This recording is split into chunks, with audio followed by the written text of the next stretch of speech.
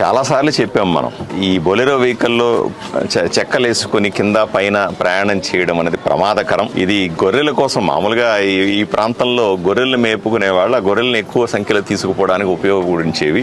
మనుషులు ఆ రకంగా ప్రయాణం చేయడానికి వీల్లేదు అని ఎంత ప్రభుత్వం అవగాహన కల్పిస్తున్నప్పటికీ కూడా ఖర్చు తక్కువ అవుద్దనే కారణం చేత వాళ్ళు ఆ రకంగా ప్రయాణం చేస్తూ ఉన్నారు. ప్రమాదాలు కొని తెచ్చుకుంటున్నారు.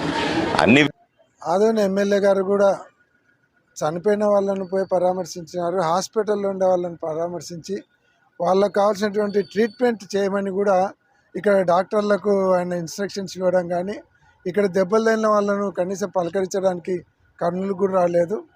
రెండోది, ఆయన వ్యాఖ్యలు కూడా చనిపోయి వాళ్ళు బాధలు ఉన్నటువంటి సమయంలో మీరు పశువులు తోలే దాంట్లో మీరెట్లా పోతారు అని వాళ్ళను వ్యంగ్యంగా మాట్లాడి, బాధలు ఉండే వాళ్ళను ఓదార్చాల్సింది పోయి ఇంకా వ్యంగ్యంగా మాట్లాడి వాళ్ళ మనసు గాయమయ్యేలాగా మాట్లాడడం అనేది ఒక రాజకీయ నాయకునిగా, ప్రజాప్రతినిధిగా ఇది మంచి పద్ధతి కాదు.